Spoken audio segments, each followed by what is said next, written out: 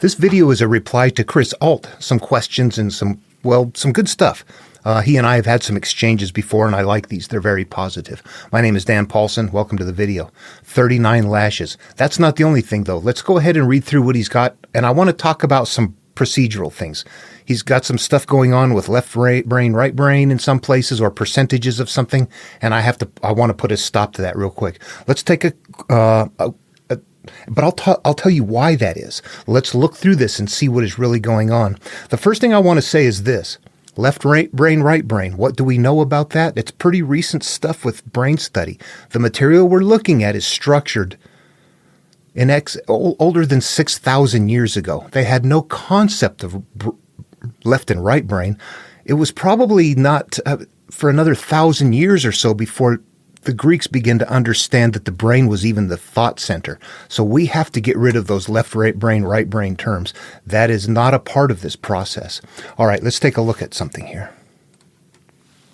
All right, he started off with, sorry that I'm using Christian text as the example, but it was the easiest to write as a mind picture. I know that you use several other texts that are helping to open the eye to help many heal their past, and I'm also grateful for this. Okay, let me talk about that for a second. Yeah, you can usually throw a lot of stuff at me, ask me questions about how would you interpret this, but it's going to be limited to certain things. I'm really good with the Tao Te Ching, the Dhammapada, not with Taoism or with Buddhism, but with their core material. I'm very good with Jesus material and the Sermon on the Mount. In fact, I can take the Tao Te Ching, the Dhammapada, and the Sermon on the Mount, put them side by side, interpret them, and find that all three masters are teaching the exact same teaching in different verbiage, different times, different vehicles, different ways of carrying it. It's a mental game to get into these, to figure them out. They can be written in all manner of packages of verbiage. It's a cryptic way of doing it that we have to learn. We've lost how to understand the teaching. But if you can learn what that is, and that's why it has to be personal, you have to train your own brain to do this. But, okay, so that material is all fine. I'm not good with like Egyptian material or stuff like that. Gets deep into Hinduism. I'll stay in the deep end of the pool with all their material. But it's their core material. If you were to get the Upanishads, I would say get the Upanishads. Forget about buying the Mahabharata. That's a big teaching. A lot of people will say get the Bhagavad Gita. Don't bother with the Bhagavad Gita unless you just want to have it as a fun thing to read.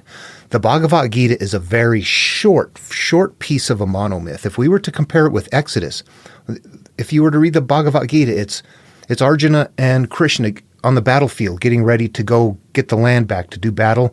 And after this conflict, this mental going back and forth between the two, back and forth, Arjuna finally just sits down in the end and says, I can't do it.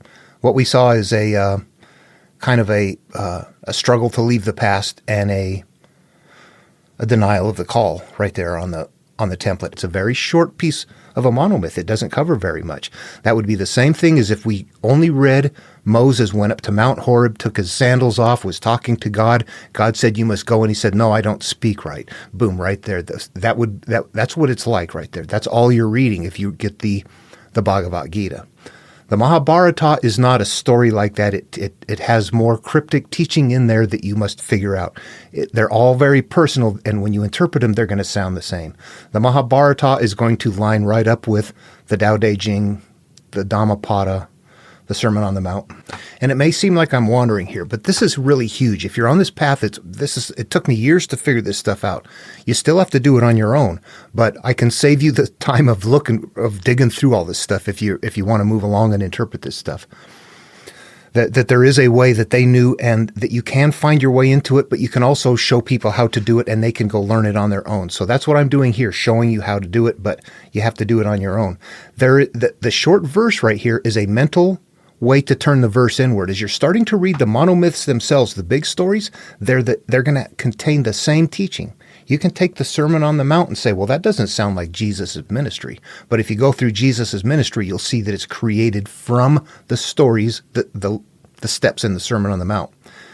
But it all requires interpretation. And there's a lot of repeating things going on in the background in the Gospels. if you can read those and make them all mental, you have to be able, if you want to read the big stories, they're the same way except that they become highly more complex.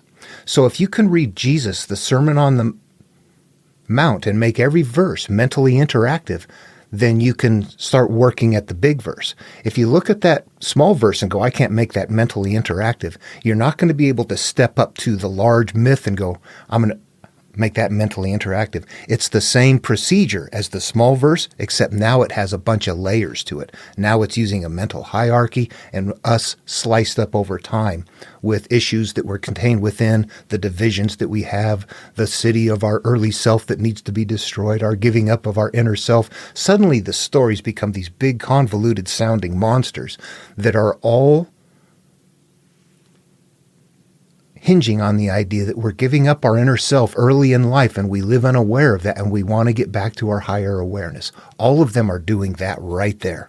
But also the outer packaging, the outer shell, you have to understand is super critical for their culture. The Enuma Elish for the Babylonians as they, destroy Tiamat but in the end, what are they doing as they're creating channelways for water, agriculture, building a new Babylon? You can see what's happening, that this is a religion in their culture that's also guiding the people at that time, because it's exactly what they're doing. And they're building what? Ziggurats. And then the Jews build off of that. We've got Babel right there, the ziggurat, and suddenly we've got religions that are morphing off of each other and developing in new places. That in the background, there is something known that people bigger than us in public know. There's a numbering system and there's a sequence. These stories are done. On the outside, they compete, yet they're built on the same template. Does that make sense? They both carry the same inner core teaching. If you could understand one, you could understand the core of the other one. When you can understand all of them are built on that same core, you see that what the outer shell is a tribal carrier package. The religions themselves are tribal carrier packages because that's what fits in. Now, to me, nothing screams evolution like religions. They showed up when population boomed, when temples and pyramids and ziggurats were being built. Yeah, we can see they organized very strongly at that point in time. There was a need to take care of the population. Okay, let's get back to what we were doing then. So far, what we have to do is really get into their heads as we're thinking through certain things. And let's just go look at it again here. Let me get back on track. We have the 400. Yeah, we'll get to that one in a little bit. Okay, here's where the 10%, Jesus 90%. There's many other parallel or shiftings in the text. Your mind, God, parent, self characteristics, Yahweh's conscious mind. The 10% is Jesus' conscious mind. 90% Yahweh, parent. Okay, well, I want to stop right here and say let's. This is you're deep in a rabbit hole. And what I want to do is say, let's become Babylonian kids. Let's go there and we don't know anything. We're smart. We have our brains, but we don't read, we don't write. There's no schools. We could if we had the opportunity, but things are just coming about. Certain people are selected to go to schools, run trades. Obviously, they're organized. They're very skilled. The Babylonians advanced very highly. But just due to certain things, I mean, they had no way of understanding really how the brain was working. It took a while for that to happen, probably brain injuries and things like that. The head injuries, they start realizing, cognitive processes must be in this gray stuff up here. The Egyptians pulled the brain out when they mummified people. They didn't think much of it. So at some point in time, what they're doing is they're making these stories nevertheless, without knowledge of the brain. So if they don't have knowledge of the brain, then they can't be using left brain, right brain, or percentages or anything like that. What they're doing is using simple cognitive thought processes that we can get to. We can understand our consciousness right here. This is the male in Abrahamic material, the consciousness. And the other males are variations of us because we split, we divide. I'm going to do this. No, I'm not. Okay, there's two of us. I want to. I shouldn't. We're dividing all the time. We're making decisions, and that's what's happening in the story. Just that, it's that simple. And then offspring, later iterations of us. I started out this person, and then I turned inward. I became a different person. I started out as Abram and Sarai, and then when God returns, I become Abraham and Sarah when the calling happens and the story shifts right there. But as you interpret these, what they're very much is what I've been talking about here in the recent videos. The higher awareness. You get there, your conscious can go there and reside with this higher being, whatever it is. It's like it's outside of you, but inside of you. It's a part of us. We're all there, but we can only get there in our own conscious awareness. Obviously we can't get there and then become consciously aware of each other's thoughts. We're still in our own experience. But from here, we can all get to this place up here and have our own personal experience within that. From here, this is what God is. This is where good and bad comes from. I'll bless those who bless you and curse those who curse you. Yet mystery and manifestation come from the same source. All of that is because we live life, an energy-based life, and the good and the bad things happen to us. Where do they come from? There must be, if everything is happening in cause and effect, then we are in a stream. You can't just look at something happening and go, crap, that just happened. That was something that was in motion that happened. That if you can understand what's going on, you can interrupt the flow and those things cease to happen. There's something weird in here that's like the DVD, The Secret, where they say, just, visualize what you want. And that stuff that happened to you is just called so what? They're circumventing the ancient teaching. They're trying to say, just look for the end result and don't worry about the baggage you're dragging with you. Where Jesus says, and this is what happened to me, I never really did throughout life focus on where I needed to go. And there were a lot of financial trip-ups along the way, many, in different relationships and things that I'm not a part of anymore, that I couldn't, there was no way to stay a part of them, that I had to move on. But it's not always been an easy street, but it ends up in the end being okay. But I focus my life really on resolving issues and moving myself and advancing self. And I find myself in a place where things are automatically happening that are good for me without me focusing on trying to get them to happen, which is, if you read Jesus when he says, resolve the odd against your brother, instead of leaving your gift at the altar, instead of looking for a good life, begging for a good life, instead of visualizing for a good life and remembering that you've got odd against your brother, go resolve that odd. Don't say, so what? And then come back and ask for something again. Resolve the odd, and whatever you want happens automatically. And that's how it worked for me. I do think it's important to say that I know I fit the category of a called person, and I think there's a couple of ways you can tell if you are. Number one, you're interested in this stuff. That's going to be one thing right off the bat. If you're not interested in this, you're not a called person. But there's other things that happen to you. A lot of times you'll read the material and it'll say, I can't think of any good example, but you might get reference to, the wise man will spend time away and not engaged in, making sure you maintain quiet contemplation and things like that. And I can remember reading those and going, I do that automatically already. I don't have to work on doing that. It's a part of my personality. There were times like that where there were other examples that, like as far as resolving issues, I was somebody that always wanted to resolve issues. But I was also somebody that became very prone to feeling guilt for any wrongdoing. And even if it was just like I had an argument with somebody and it was an equal argument, and I would want to apologize for my role in it or something like that. And the other person might say, yeah, shut up and get out of here, you big girl. I was always like trying to resolve things while other people were saying, yeah, suck it up, you big baby. We're in a culture where we're told to keep things inside that are ticking time bombs. And as I'm resolving issues and having things happen, I'm doing that automatically in life. Later, as I'm interpreting it, I'm reading that that's what you're supposed to do. But I realize I've already been doing this by myself, not knowing that I've been doing it, and I've been on this path. So it's almost like there's a process or a procedure that can be observed. There's sometimes you can look at yourself and find yourself in the material. I will tell you that everybody on the planet is living on this template, whether they know it or not. Most people are probably in chapter 6 in the Bible. These things are happening because of interacting with the material at a mental level, that there's what we learn by going through it, that the conscious has had experiences. We started out without them. We're living from the higher awareness, but we don't know it. We don't have the mental self-awareness. We don't have the inner cognition. We don't even know what colors or anything like that are. It takes a long time to learn enough that we begin to now judge our physical life experiences. That's what we need to. We need to become physical beings. So wherever you come from, you're going to have experiences that you judge. And they might, if you need to go on the path, I guarantee you that they were not good experiences. and you're going to be a certain kind of a person. There's not very many people going to do it, blah, blah, all that. Okay. What we can look at is that as we lived in life, we begin to develop memories and experiences, and that bundle of memories and experiences is called the inner being. It's like a part of who and what we are. That is the female portion of us in the Jewish material. That is is Adam and Eve in the garden. They're the pure self as a child. So that is the inner self, pure. And then first sin is first life experience. You're beginning to judge, and you're going to start having cyclical pain in childbirth as a result. You're going to lose your connection to the higher self. God is going to disappear pretty soon. That's us just going on and living our physical life.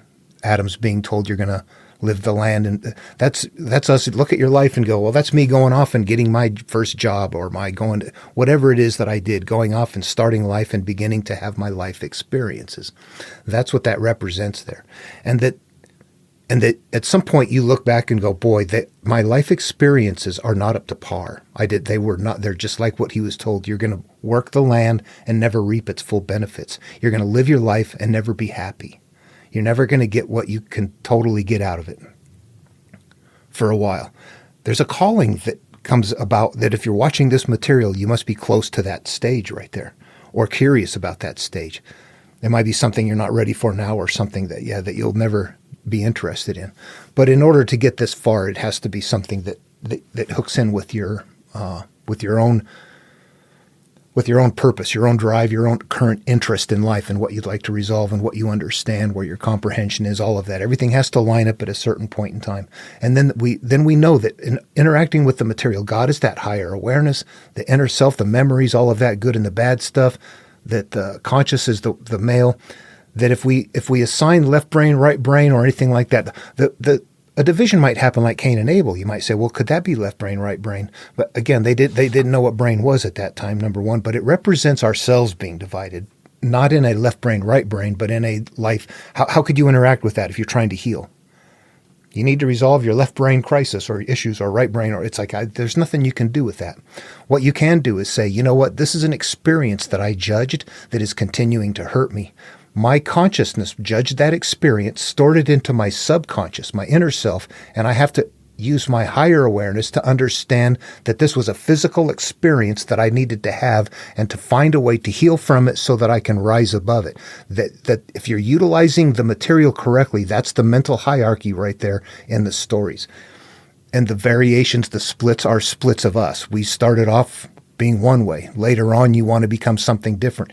In the stories, you're not the same person anymore. In your head, it's a linear thing. But if you were stepping outside yourself and grab yourself at a slice of time, look at yourself when you were 10, look at yourself when you're 15, at 20, at whatever, and look and go, boy, those were radically different people, honestly. It doesn't seem like it to me because I have all the memories, but if you looked at it from outside, you would say that's different people. And those are the iterations in the story, the iterations of us over time. In order to interact with the stories, the God, the called hero, all the people inside, they have to fit into one of those categories. They're going to be part of a higher self.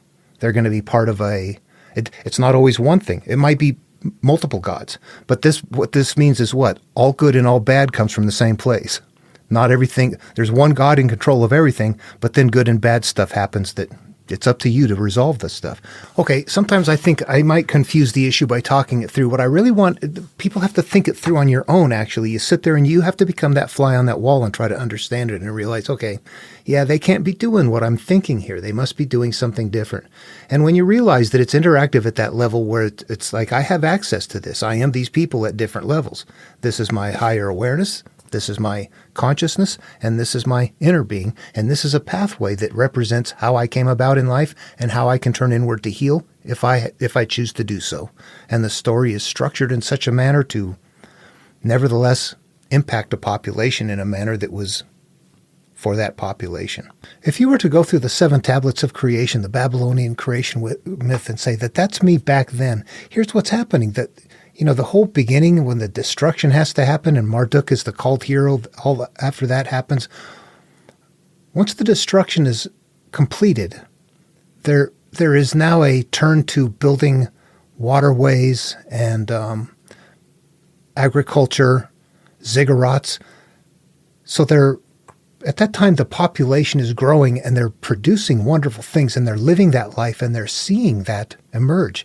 And so they're literally living the material. At the same time, the material is written such a way that it represents me. I have destroyed my old self, and Babylon represents my new self. I have not only destroyed what is bad, which needed to happen, my early self, my memories, but I can't just leave my head blank now. I must replace it with positive things, new friends, new things to do, new habits. We're creatures of a habit. So find good habits and get rid of the old habits. So the material is very interactive if you can interact with it. And if not, it can be something that guides a population that doesn't interact with it in nevertheless a very positive way. Okay. So I wanted to say that with respect to the material and the brain structure and how to think about it.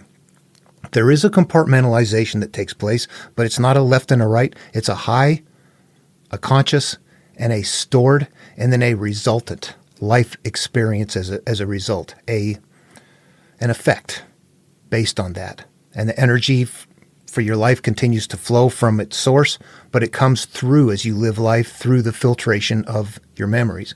I eventually started coming up with analogous terms that helped me understand it better because I'm more science-minded, and I began to envision me as something that's flowing through an energy field. Like if you can create an ocean around all of humans in life, if you can picture that in your mind, only it's energy, and you can begin to see that, you picture that, and that everybody's flowing through that energy, and there's good and there's bad places all throughout that energy, and you're flowing based on all of the different memories that you're holding become rudders, emotional rudders.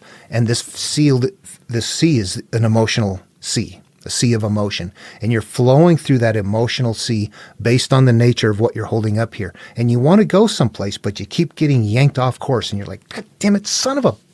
Why does that happen? And you have to go, you know what? You have a rudder up there that keeps pulling you that way. You have to stop and turn inward and go, I want to make sure to emphasize here, this in no way, shape, or form means that it has to be in your conscious mind at that time. It's the makeup of who we are. It's the memories that are put away behind a big wall that you know are there. It's that.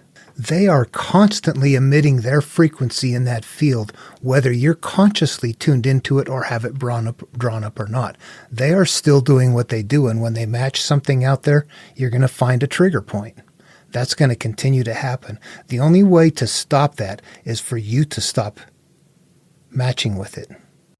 That's why I'm not flowing where I want to flow. I got things inside of me that I'm ignoring that are taking me off course. And only by clearing those out do I get my one big rudder back. I don't have all the little ones going all over the place. And then, boom, it kind of comes online for me in a cognitive understanding of what I had to do in a different way. But, and this is where it gets hard, you don't turn away from the emotions anymore. You stop and deal with the biggest one, and then the next one after that, and then the next one after that, and then the next one after that as they come up. That's how the change comes about. The only way it comes about. We took it on that way, we have to remove it that way. How does it affect you? Those are the easy ones, you can see them.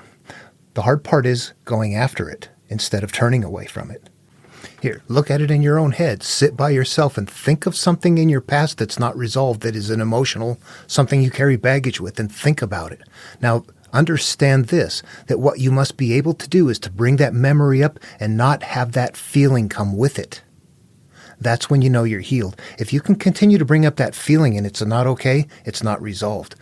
And I meant if you can continue to bring up the memory and the feeling comes with it. It's both together, the memory and the perception. In pair. The memory cannot change. The perception has to.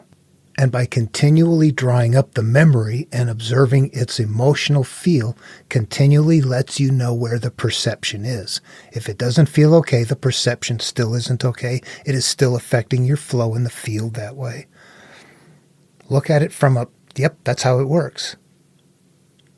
We're biobots. You resolve it by using the feelings. We need the feelings. You have to be strong enough to just deal with it. You have to use the higher awareness and understand the feelings come from your physical life experience and that they're not you. You live from a higher place, and you have to figure out how to get over the fear of resolving those. That's the only way to do it. The only way. When the harpies are no longer allowed to come back, or something is trapped in Sheol, or is under a net, or something like that, all of those parts of the stories and the mythologies are trapped under rocks, unable to do something for 1,000 years, all weapons taken away. All of those indicate the memory is still there, but it is no longer effective. Yep, this happened to me, but guess what? It's no longer a monkey on my back. It's put away. You have to get there with it. That's what this pathway is. There's no other deviation to it. There's no magic. If you have to be able to pull up a memory and have it be okay. That's the only measure. It's a personal one. But the measure of your decision to take it on personally is going to dictate the measure of the success that your life takes on by itself. But it's knowing that turning away from it is the reason it continues to reoccur and continue to get bigger. If I don't face it, it's got me. But if you pay attention, you will hear exactly what that is the exact same teaching, simply modernized. Of if you come to the altar to leave a gift and you remember you have ought against your brother, go resolve the ought first, then come back, and your Father who sees in secret will reward you in secret. Except that one's 2,000 years old and cryptic.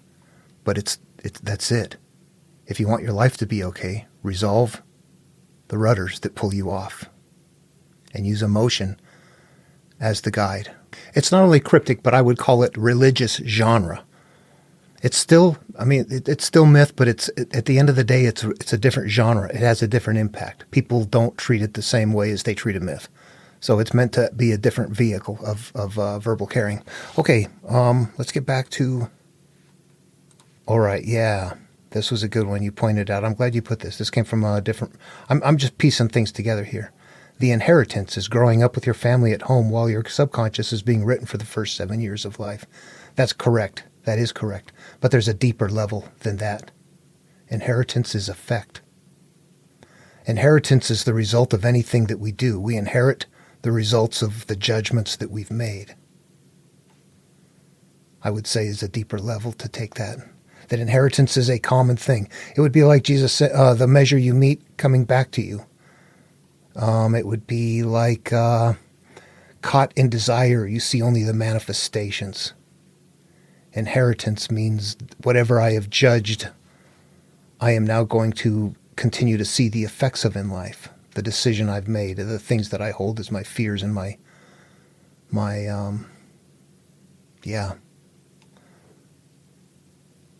A new character comes along, John Guru, to you and gives you important information for you. While learning the text as a person has an epiphany, surprise, your eyes are open.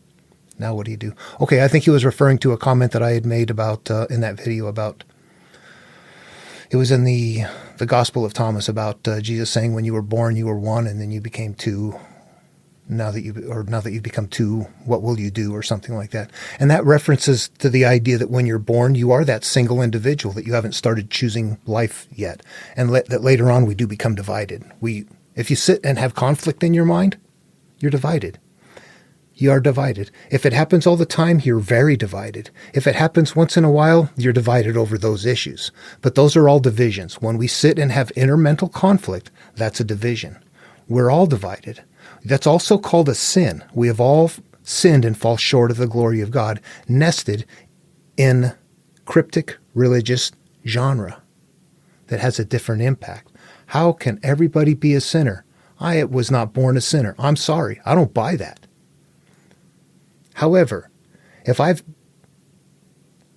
become a product of my decisions in life, and those are analogously referred to as sins, and everybody has made, and we change that and say everybody has made decisions about life and judgments and are now products of that, bingo. Okay, now I have sinned and fall short of the glory of God. I fall short of living from the higher awareness. I'm now living within my memories. When you interpret it till it's mentally interactive, you're there. But it's got to fit like that. Typically, you can work through the verse. You can just look at it and see that if you don't interpret it, and you think it through, it's going to come with caveats. Blessed are the poor in spirit, for theirs is the kingdom of God. You think of that and go, how do you get poor in spirit? Number one, what is a spirit? Things like that fall apart pretty quick.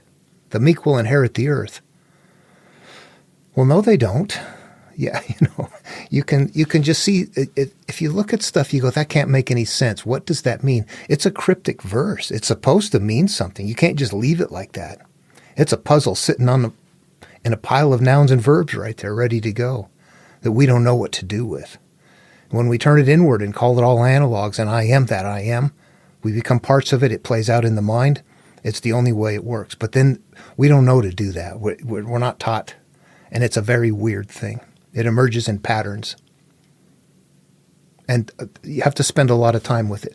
Okay, let's go to the 39. That was one I've been thinking about. And I've talked to my friend Stefan about it a little bit too. Stefan, thanks for your input on this. Okay, this is an interesting one that I had not put in any time to. I hadn't even really paid attention to it. I'm not down in there working in this area, but you pop right up and go, okay, I recognize it. I can see it. Or at least I believe I do. We'll have to research it. Dan, I also wonder if the number 39 stripes that Jesus took correlates as a bad number in the numbering template. Then comes 40 as a good number on your list. It could be a needle in a haystack.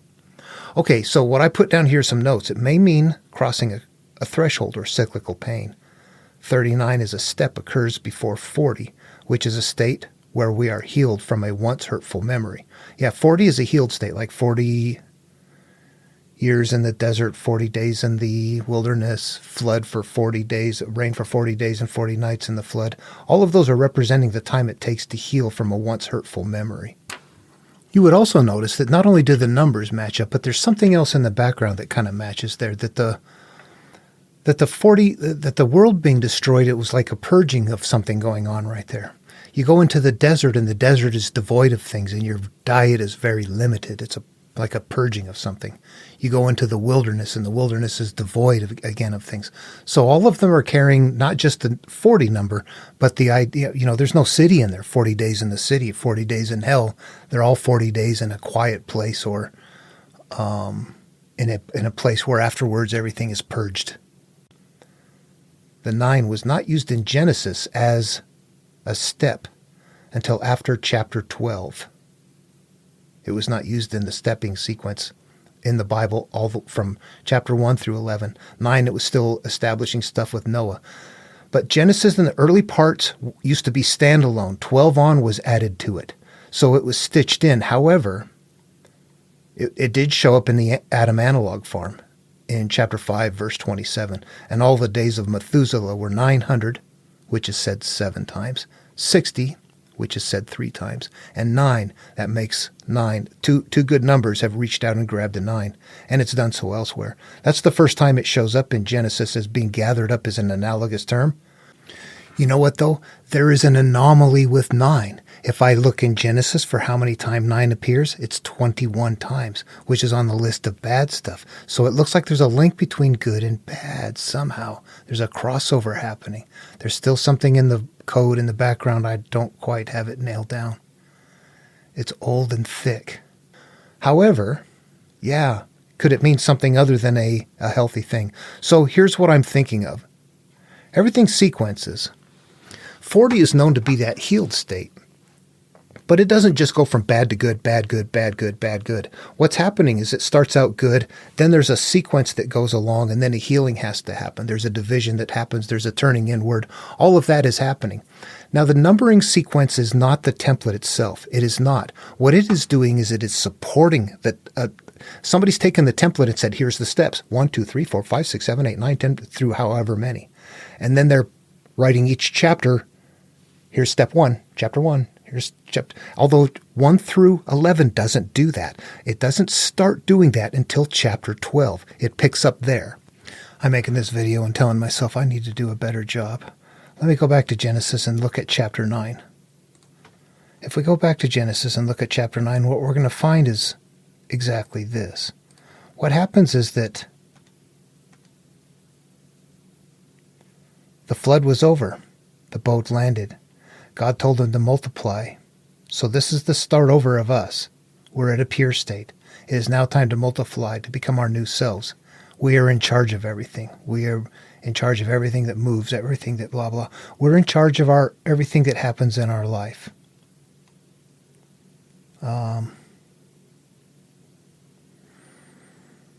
Let's see. I'm trying to find some big steps in here, big step changes, instead of all the details. What we have, promise of a covenant and everything, but happens down here is suddenly this. They went out of the ark, and Noah began to be an husbandman, and he planted a vineyard. So he began to be a farmer and maker of wine. So he planted a vineyard and drank some of the wine and was drunk, and he was uncovered in his tent. And Ham, the father of Canaan, saw the nakedness of his father and told his two brothers without. And Shem and Japheth took a garment and laid it upon both their shoulders and went backward and covered the nakedness of their father, and their faces were backward, and they didn't see their father's nakedness. So they were ashamed. So what's happening here? This represents us. Noah is us. We're healed. We've created the husbandman and planted a vineyard. This is planting a new vineyard in our own selves. Our earth has been wiped out. We're planting a new vineyard because from that we get a new feeling. We get wine from there. We be uncovered. Uncovered is naked, unashamed in the Garden of Eden. Naked, unashamed in his tent. Drunken, unashamed, uncovered in his tent. Naked, unashamed in the Garden of Eden. And so what happens is he gets covered up again. So what I see is a cycle here. It's kind of interesting. I'm not quite sure exactly what to make of it. I think it's not completely established. I think that up front they're packing a lot in and they're mixing some things together. There's two callings of Noah that are shoved in there. In chapter 6, there's both the destruction and the calling of Noah. So you can see that the steps are kind of packed in here. In order to keep it down to 50 steps and from 12 on to be okay, they had to take 1 through 11 and jam it all in. That's what you see when you interpret it all. You also see things like 2 separate creation stories they don't even sound the same, but they're not even chaptered at the end of the first one and the start of the second one. They're chaptered in a place to overlap a 3. There's a lot of weird stuff going on from Genesis 1 through 11. It's not a monotheism until 12 also. You can see that it's different authors and that there's different things going on when you really analyze it at this level. You go, whoa, yeah, there's different things going on in both of them. You don't know that until it's hard to see it. It's hard to understand it. The verbiage is whacked out. The translations are difficult. As they improve the translations to make it easier to understand, they're dropping the code completely. New translations, all of this stuff is being lost. The numbering system and all of that is being totally destroyed. You have to go to the King James Version to find it intact. There's probably other versions, but I'm just going to trust that one. I don't have time to go research which Bibles are good or not. I just use the King James Version. Anyway, okay, what we see in Jesus is what happens. He's getting his 39 lashes, but then what happens right after this is happening is he's being punished, and then he's going to die, and then he's going to be put into the tomb for 3 days, and then he's going to be resurrected. That's going to represent 40. However, they're using 3. Why? 3, 7 grids. Any of those numbers is good. 3 is as good as a 40. All of them are analogs. They don't mean 3. They don't mean 7. They don't mean 40. What they mean is until resolved. Until resolved. You can use a 40. You can use a 3. In this case, they just used a 3. It could have been, yeah, you get it. All right, so what we see is a crossing of a threshold going into a tomb. Campbell called that belly of the whale. That's into the mind. And then emerging free of it after a healing time. So what would 39 be just before that? It's going to be like preparation, or it's going to be cyclical pain. Yeah, that's probably going to be it right there. 9 might represent cyclical pain. What I'm going to have to do is go in. I can't do it in 9. What I'm to do is start going up to like 19, 29, wherever 9s show up, and then read the chapter and try to see if it's holding something that sounds like cyclical pain. In fact, let's grab Genesis right now and just let's wing it. What the hell? You can watch me work here. All right, we're looking for something that sounds like cyclical pain. This is us, Jacob. It's an iteration of us. We're going on a journey. And we went to the land of the people of the east. So we're going somewhere in life. And he looked and beheld a well in the field, and lo, there were 3 flocks of sheep lying by it. There are 3, and for that means they were pure. And out of that well they watered the flocks, and a great stone was upon the well's mouth.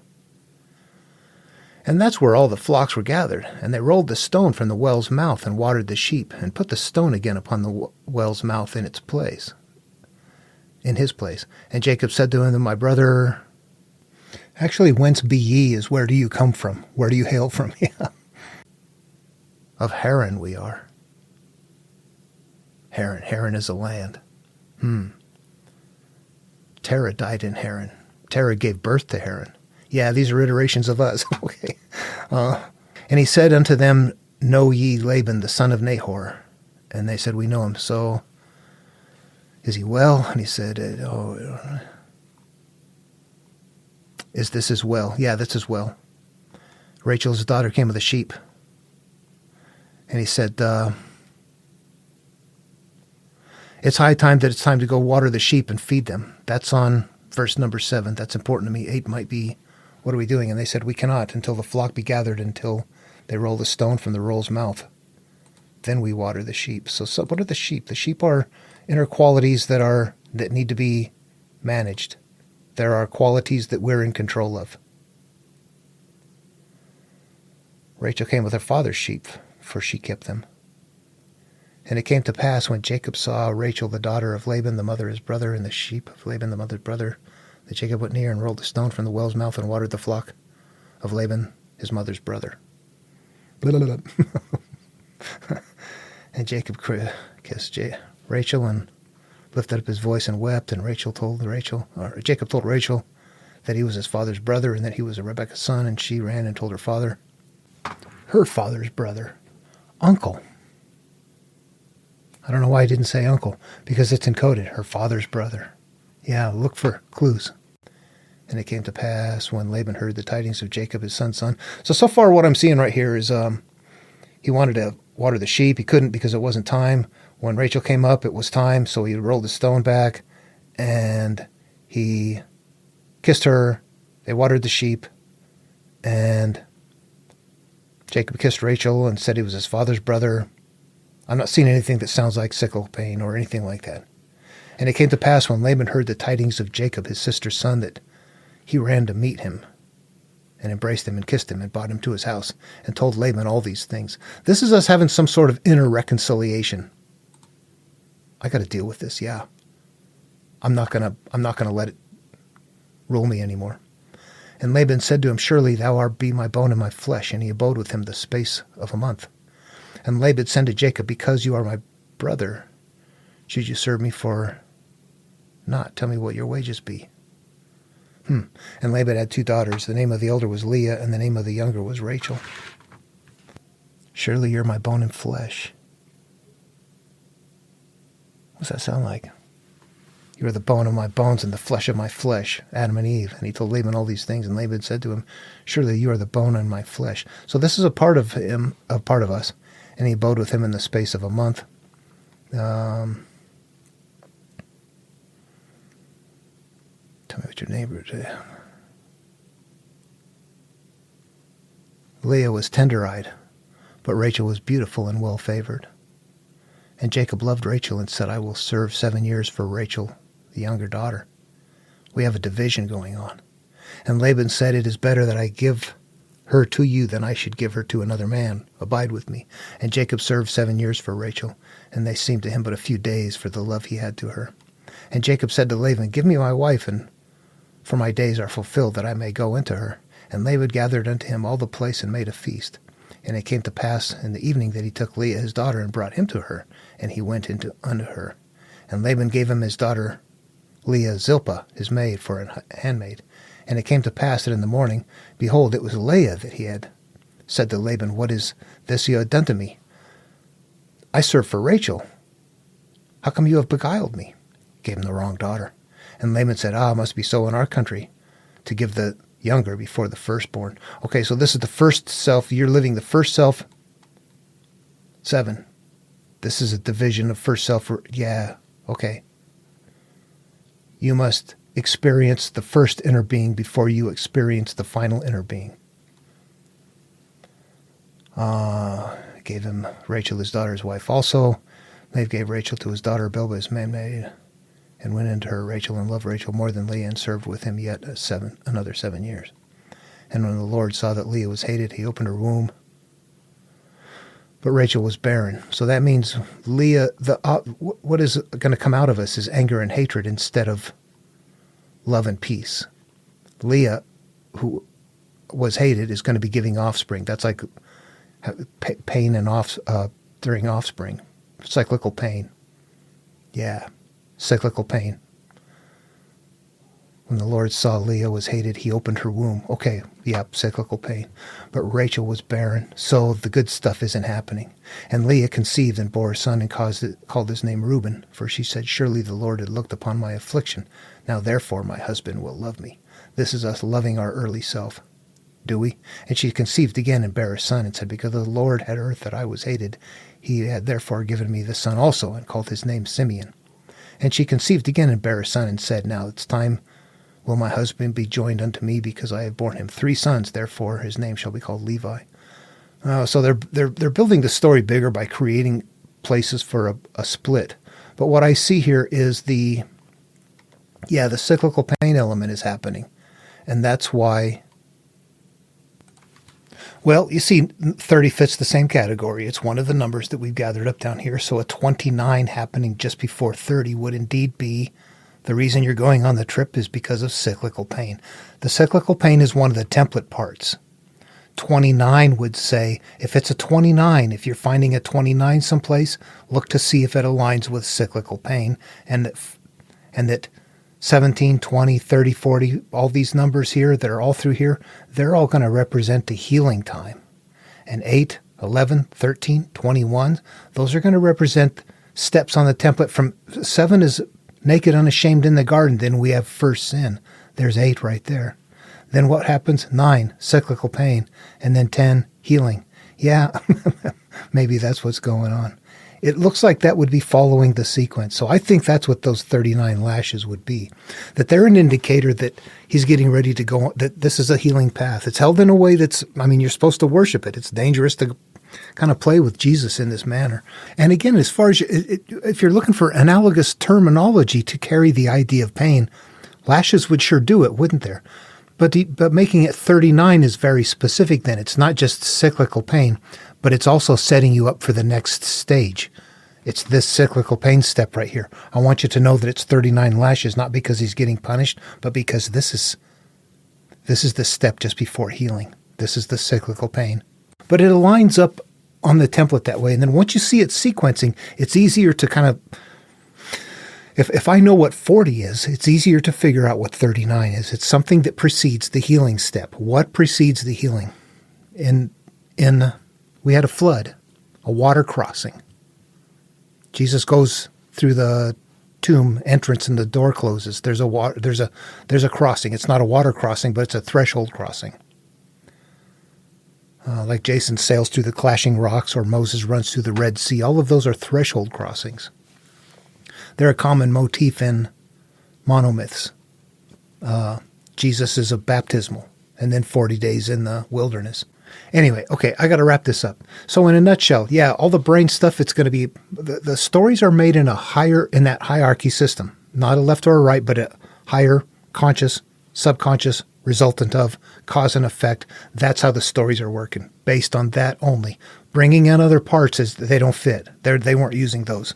Those are modern things that we're trying to figure out how it works. You're doing the right thing trying to figure out how it works. Just put on some robes and sandals and go back 6,000 years and hang out for a week. I mean, in your imagination. And know that it would have been accessible to a 12-year-old kid that had this memorized back then without those terms. Those terms were not even around. So if they could access it back then, a 12-year-old kid, what were they doing? You could sit down and think about that. Oh, I'm here. I'm not the memories. Oh, now I'm experiencing the memories. It's the consciousness that's doing that. It's the one that's having the experience. It's the one that's using the memories to create the sensations, the feeling, all of that. You would sit and figure that out. It would be easy to understand if you just had time to think about it. Yeah, we just kind of take it for granted today. We call it subconscious. I use the driving example. When you first start, you got to pay attention to everything, and your world is very small. Oh my gosh. At some point, you're so good at it, you're doing everything automatically without thinking about it. And you can see miles ahead, and you're aware of what's going on all around you. Your spatial awareness has grown. It's gone to a normal state. And we just call that learning what to do in the subconscious. They would look at that and, you and I are walking to Damascus and talking about the girls we saw at the well that morning all day long without paying attention. We keep all of our goats and sheep or whatever together, and everything is done. But at some point in time, we know we made that trip automatically while we're talking about something different. There's at least two parts of us right there. You can see that happening. What's running in the background? It would be easy to understand if you just had time to think about it. We don't. We're just jam-packed full of things. Anyway, okay, well, I know the video got long. It's not an easy process. It really isn't. You have to kind of explain how it works enough so that a person can take that bundle of knowledge and go work it through, discard it or whatever. At some point, it's just, again, it's words on the table. The person has to go, okay, I see what's going on. Let me wire my brain. Let me get those short verses and work on it and ponder it until I go, okay, I got it. I feel it. I feel that answer. The next one, naming is the origin of all particular things. That doesn't work. Okay, make it work. We just learned it's mental. It's up here. That is the creation of things. Don Miguel's agreements. It's the beginning of the agreements. I will give to you and your offspring all this land. As many as stars in the sky or sand on the beach. Those are the memories and the thoughts that we develop over time. Okay. Hope it was helpful. Questions, comments, again, it's helpful. It gives me a shot in the arm. I don't know what direction to go sometimes. It's so big, I can go anywhere, and it looks like I can get pretty boring with it too. So, all right. Take care.